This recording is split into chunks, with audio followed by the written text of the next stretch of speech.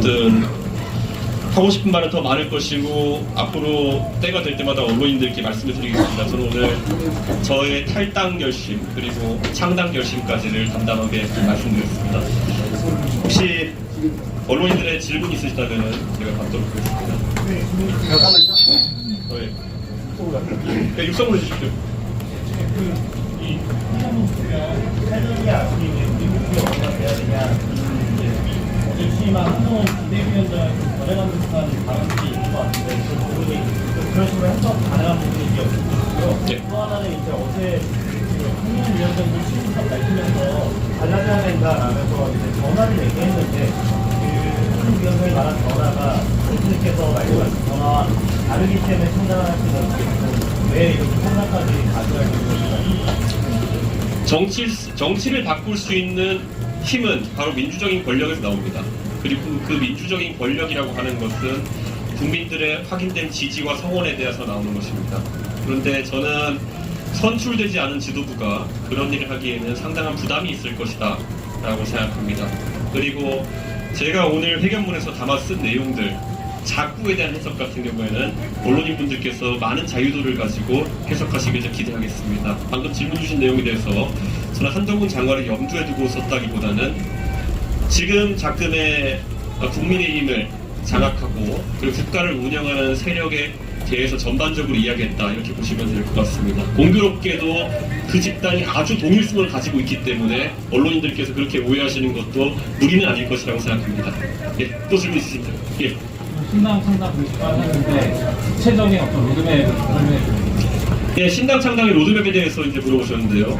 아마 지금 이 시각 과천 선관위에서는 저희 측 관계자가 창당준비위원회 결성 신고서를 아마 내고 있을 것입니다. 그래서 계획대로 된다면은 아마 오늘부로 창당준비위원회는 가칭 개혁신당이라는 이름으로 발족했음을 제가 알려드릴 수 있습니다. 그리고 신당의 과정이라고 하는 것은 일반적인 정당의 창당 과정과 마찬가지로 시도당을 결성하고 중앙당을 등록하는 절차로 이어질 계획이며 최대한 빠르게 진행하려고 하고 있습니다. 그렇기 때문에 허례허식이 없는 형태로 시도당 대회 같은 것들은 간소화해서 진행하는 형태로 갈 것이다. 이렇게 안내를 해드리겠습니다.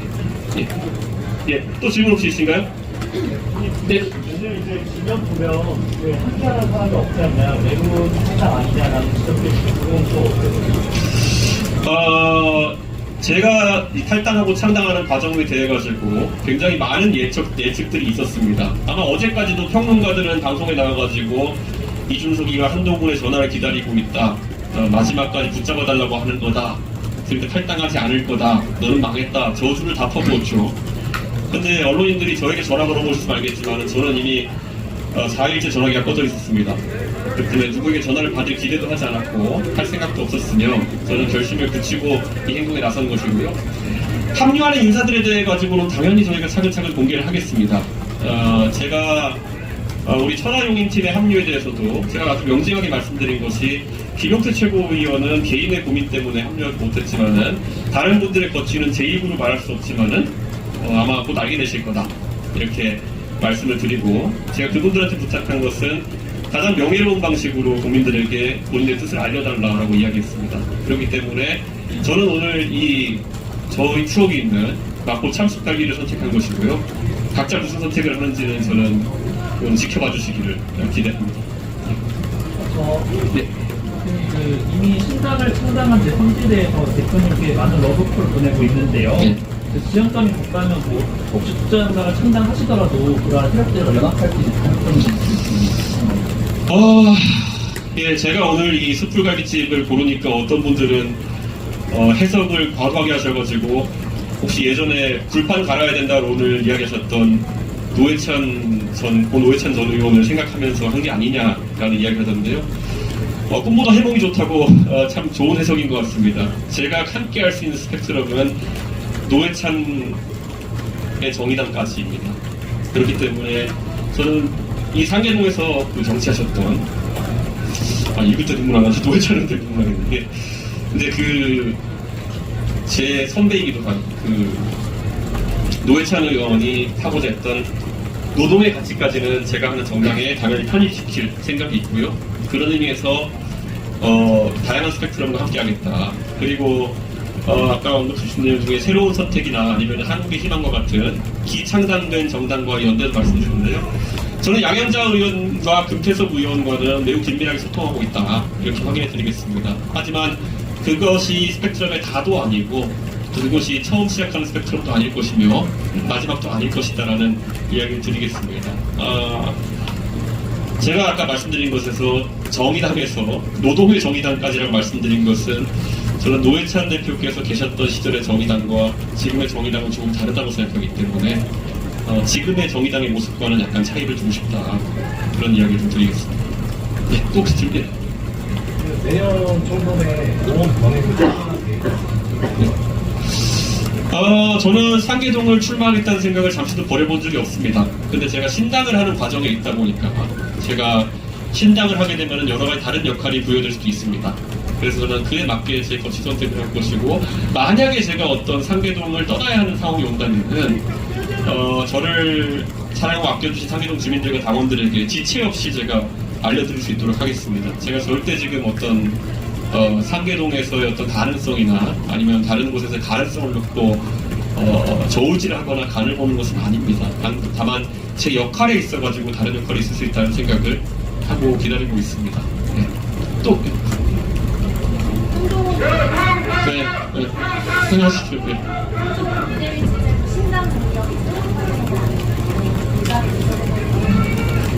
네. 한동훈 장관과 저는 이제 경쟁자의 관계로 들어섰다 저는 이렇게 생각합니다. 그리고 이 경쟁자라는 관계는 저희가 부인하거나 아니면은 그것을 받아들인다고 형성되는 것은 아닐 것이다. 저는 이렇게 생각합니다.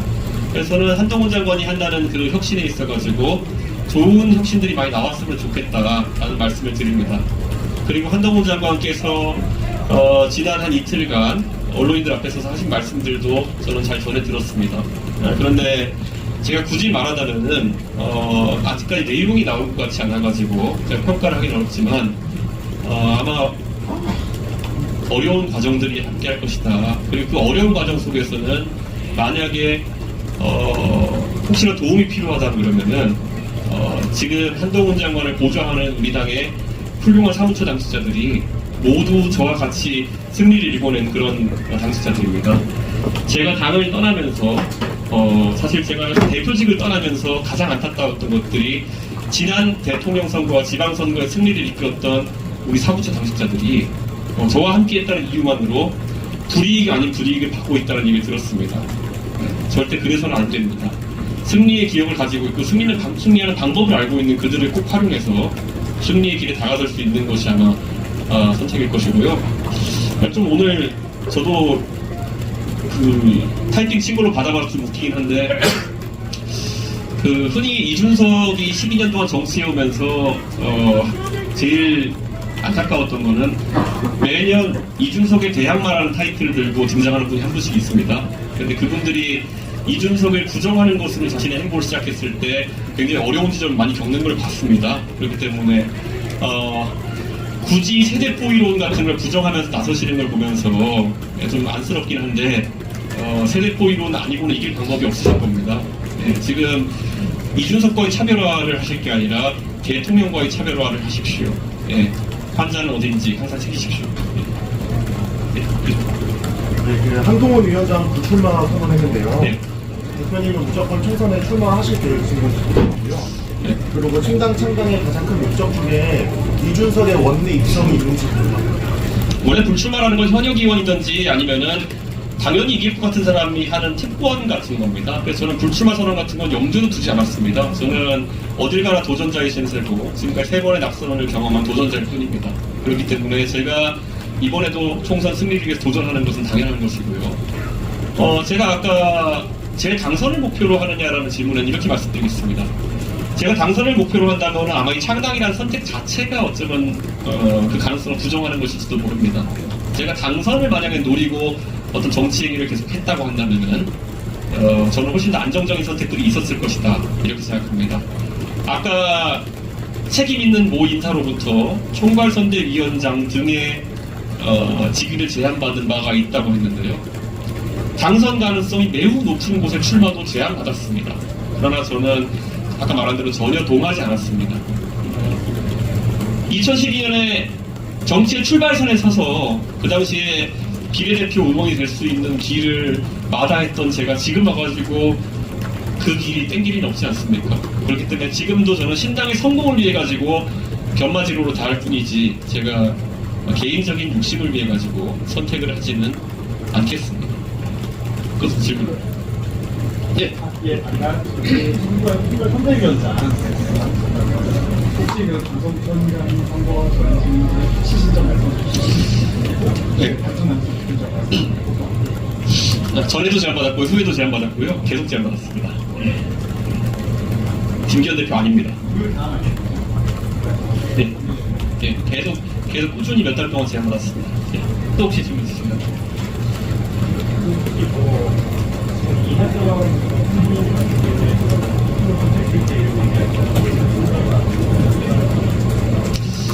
저는 사실 소통을 즐깁니다. 그래서 많은 언론인들이 아시겠지만은 저는 저와 생각이 다른 사람과도 TV 토론에 많이 임했고 하기 때문에 어느 누구와 만나는 것도 항상 열려있다 이렇게 말씀드리겠습니다.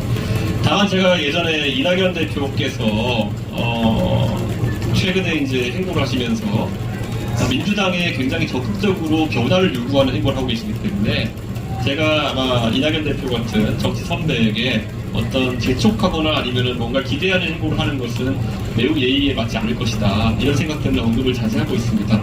그런데 이런 생각을 합니다. 많은 사람들이 결국 우리가 하는 신당의 시도를 제3지대라고 이야기를 하고 있습니다. 그래서 저는 지금 소위 말하는 제1지대가 어딘지 모르겠지만은 그 제1지대와 제2지대가 하는 행동이 너무나도 도리에 맞지 않는 일들이 일어나고 있기 때문에 저는 선거를 치르기 전에 제3지대의 명칭을 뗄지도 모르겠다는 생각까지 할 정도입니다. 네, 저는 최근에 국민의힘과 민주당을 가리지 않고 여러 인사와 교류하면서 사실 국가에 대한 고민을 하고 있는 많은 분들을 만나고 또 이야기하고 있습니다. 그런데 지금 우리가 신당을 하겠다고 마음먹은 상황 속에서는 완벽한 동일성을 찾아서 헤매는 것보다는 같은 점을 몇 가지 찾아서 움직이는 것이 중요하다. 저는 그런 생각합니다. 솔직하게 말해서 아무리 저와 당적이 달랐던 인사라 하더라도 지금 국민의힘에 있는 김앤장 듀오보다 저를 싫어하겠습니까? 그러니까 저는 이 거리감이라고 하는 건 항상 상대적인 것이고 저는 국민의힘 내에 있는 인사들이 가진 두려움만큼 요즘 막말이 난무하고 있는 상황인데 저는 오늘부로 또 이건 뭐 질문이 들어온 건 아니지만은 어떤 언론이든지 간에 이제 여러 가지 시나리오를 아마 보도하실 겁니다. 그래서 적어도 오늘 이 자리에서 총선 전 재결합 시나리오라는 것은 제가 부정하고 시작하겠다라는 말씀을 드리겠습니다. 네.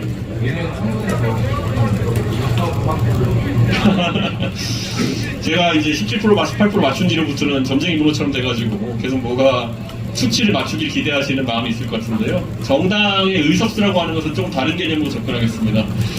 이건 정확한 예측보다 다다익선이 중요하다는 생각을 합니다. 네, 저는 세상을 바뀌길 바라는 마음이 모일수록 더 많은 의석이 나올 것이다. 그리고 저는 임계점이 있다고 봅니다.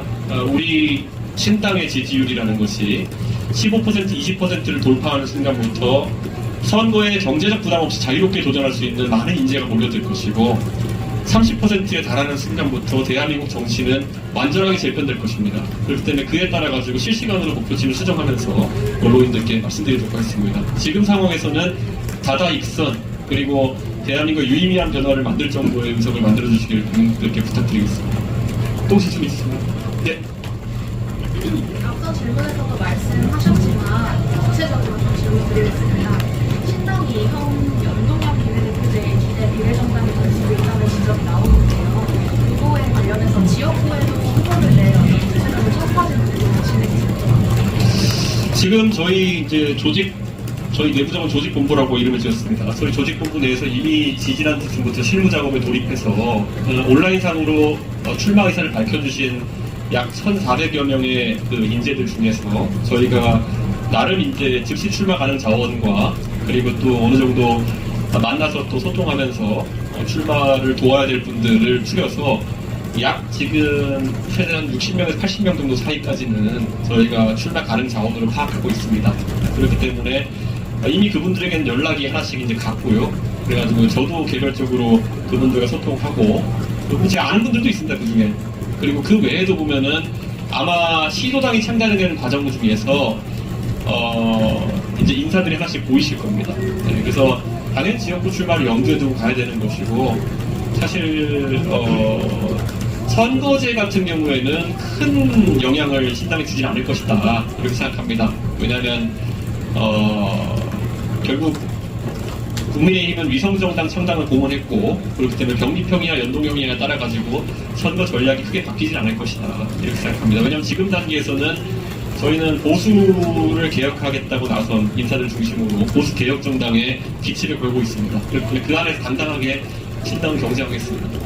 예, 또 질문 주시면 예. 이준석 대표님 하면 예. 은유의 귀재라고 생각합니다. 어떤 기준이요? 메타포. 예. 은유의 귀재. 예. 은유가 이해를 여는 열쇠고 예. 또 창의의 산실이라고도 하고 그래서 천재의 표상인데 예를 들면 어저께는 한동훈의 설날이었다면 오늘은 이제 이준석 우리의 설날인데 이 상황 탈당하고 신당을 선언하는 이 상황을 한번 은유로 설명을 해주시면 이해를 한 번에 할 수 있을 것 같습니다. 네, 사실 담담한 마음입니다. 네, 그렇기 때문에 저에게 있었다는 제가 숙려기관이라고 제가 이야기했죠. 네, 제가 지난 10월달에 이것을 탈당을 공언한 뒤로 저는 하나의 흔들림도 없이 그 당이 변하는지 안 변하는지만 지켜보고 있었는데 제가 아직 결혼도 안 했지만은 이혼을 경험한 느낌입니다. 네, 그렇기 때문에 참 씁쓸하네요. 네, 그런데 이혼하신 분들의 이야기를 들어보니까 이것은 참 복잡한 감정이라고 이야기를 하시던데 저는 앞으로 그 복잡한 감정 속에서 또 새로운 만남들을 기대하면서 앞으로 정치 해나가겠습니다. 네, 혹시 질문도 있으신가요? 네. 예. 한동훈 비대위원장이 이 비대위를 넘어서지 못하면은 앞으로 이준석에게 좀 뭔가 위기일 수, 정치적으로 최대한 큰 위기일 수 있다 이런 평가가 있는데 네. 여기에 대해서 어떻게 생각하시는지랑 어떻게 한동훈 비대위를 넘으실 수 있다고 생각하시는지랑 그리고 앞으로 총선 국면에서 창당이 될 경우에 국민의힘과 연대 가능성이 있는지 제가 아까 총선 이전의 연대 가능성은 저는 제하고 본다라고 이제 공언을 드렸고요. 총선 이후에도 제가 봤을 때는 가능성은 약하다 이렇게 말씀드리겠습니다. 그리고 한동훈 장관을 넘어서느냐가 저의 도전 과제는 아닐 것입니다. 우선 다수 의석을 획득하는 것이 정당의 목표가 되어야 되는 것이고요. 저는 한동훈 장관과의 경쟁이라는 것을 제가 말씀드렸지만은 의외로 매너를 지키면서 하는 혁신 경쟁이라고 하는 것은 즐거운 경쟁입니다. 네. 다만 이제 지난 한 2년 동안의 세월이라고 하면은 권투 시합을 약속하고 칼 들고 나오는 사람들이 있어가지고 좀 문제가 있었다 이런 생각을 하는데 만약에 한동훈 장관이 권투 그룹을 낀 상황에서 권투 시합에 나온다면 저는 항상 응할 생각입니다. 그런데 저 팀의 특성이 꼭 칼을 들고 나오더라고요. 그래가지고 그건 약간 불안하긴 한데 저는 이 권투 시합은 언제나 즐길 계획입니다. 혹시 질문? 예. 없으시면은 예. 신당 창당을 하게 되시면 예. 신당과 국민의힘이 원내 일상을 더불어민주당에 빼앗기면 이준석 책임론이 나올 수 있습니다. 그 밖에 지금 이제 활발하게 활동해 계신 유튜버 분들의 감정, 복잡한 감정처럼 국민들도 반응하지 않을까 생각합니다. 어제까지는 다 이준석 제발 탈당하라고 방송하시던 분들이거든요. 해도 난리예요. 하지 말아도 안 해도 난리고. 그러니까 지금 시점에서 지난 2년 동안 국민의힘이 망가진 가장 큰 원인 중에 하나는 결국에는 지난 대통령 선거 때도 윤핵관이라고 하는 자들은 이준석 대책위원회를 했던 것이고요. 선거대책위가 아니었습니다. 맨날 어떻게 하면 집권한 뒤에 이준석에게서 권력을 탈취하고 당권을 탈취하고 오로지 독차지하기 위한 그런 기도를 하면서 선대위를 이준석 대책위원회를 만들어버렸고요. 지난 2년 동안 이준석 쫓아내고 나서도 무수히 많은 혁신의 기회가 있었음에도 불구하고 이준석 때리기로 일관했었기 때문에 여기까지 왔다 이렇게 생각합니다. 만약에 이번에 국민의힘이 선거에서 안 좋은 결과를 받아들고 나서 거기서 이준석 탓을 한다 그러면은 그게 본성이지만 어쩔 수 없죠. 네, 인생의 그런 어떤 고행이라 생각하고 다들 그 시간을 겪어내야죠. 지난 탄핵을 겪은다면 얼마나 많은 사람들이 이게 다 유승민 때문이야라고 이야기했습니까? 네, 그러고 나가지고 유승민 탓을 아무리 한다고 해서 승리하던가요? 네, 한동훈 장관도 그렇고 국민의힘도 그렇고 지금은 시대의 과제들과 싸워야 됩니다. 지금은 저출산 그리고 그에 따른 병력 감소 그리고 아까 제가 얘기했던 것처럼 어떻게 과학기술 인재를 양성할 것이냐 이런 문제가 주가 되어서 거기에 대한 비전을 보일 때 그것이 여당인 것이고 저는 그게 제가 바라던 여당의 모습이었습니다. 근데 지금도 어떻게 하는 거 보면은 사람 쫓아다니는 일을 계속 하고 있는 것 같아요. 이재명 대책위원회, 이준석 대책위원회를 하고 계신 것 같은데요. 그렇게 해서 죽었다 깨어나서는 못 이깁니다.